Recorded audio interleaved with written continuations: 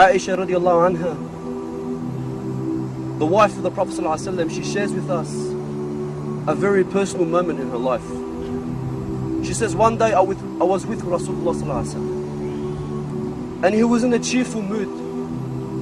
So I said to him, Ya Rasulullah, make dua for me.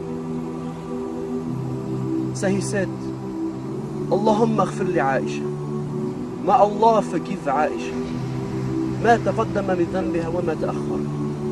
And he continued, Oh Allah, forgive Aisha all her sins, the past sins, the future sins, the ones that she commits in private and the ones that she commits in public. And Aisha was so happy that she started to laugh. So the Prophet ﷺ asked her, did that dua please you? Brothers, I want you to imagine that you were living at the time of the Prophet ﷺ, and he was your best friend, and you asked him, make dua for me, and he made the same dua for you. How happy would you be? So he says to Aisha, did that dua please you? She says, Ya Rasulullah, how could that not please anyone?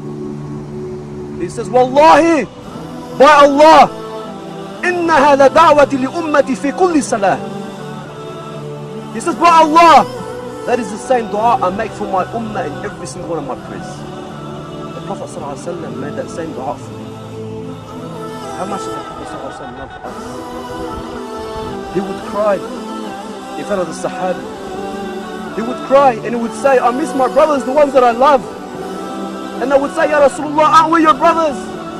He would say, no, you are my companions. But my brothers are the ones that will come after me. And they will believe in me.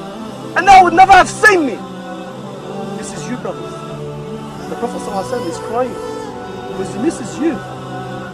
He would stay the night praying to Allah, crying out to Allah, my ummah, ummati, ummati. The Prophet ﷺ is crying for you. When was the last time you cried for the Prophet ﷺ? The Prophet would give khutbah and he would lean on a tree as he would give the khutbah, until they built him the minbar. The following week, standing on this minbar, the companions would say, we heard the tree crying like it was a little baby. The tree was crying because it missed Rasulullah ﷺ. If this tree, brothers, this tree which is not a living thing, is not obligated to love Rasulullah, was crying because it missed Rasulullah. And other people who say Muhammad is Rasulullah, are we not more worthy to cry for missing him than this tree? Are we not worthy? The companions will sacrifice so much. When the Prophet ﷺ passed away, and Bilal, the one who would call the adhan, he could not do it anymore. He would sit in the Prophet's mosque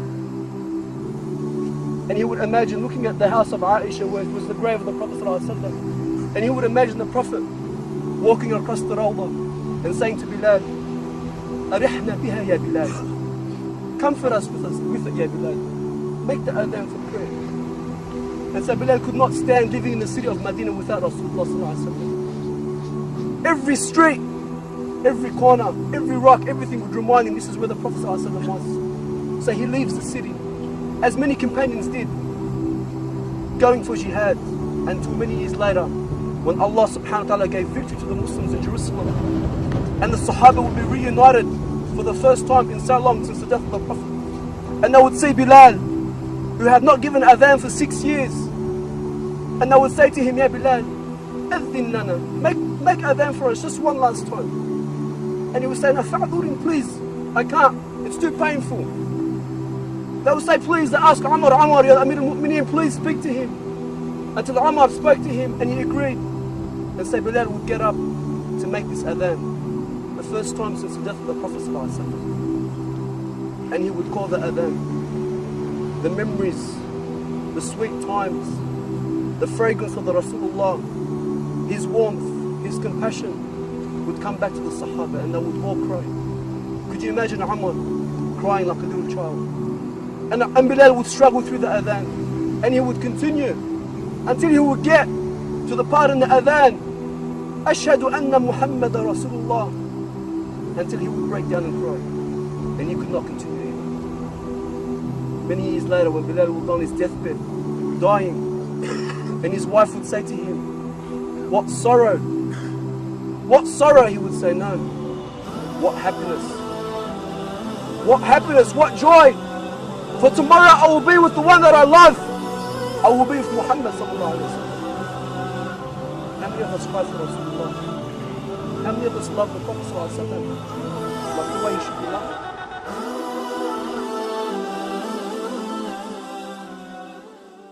Ah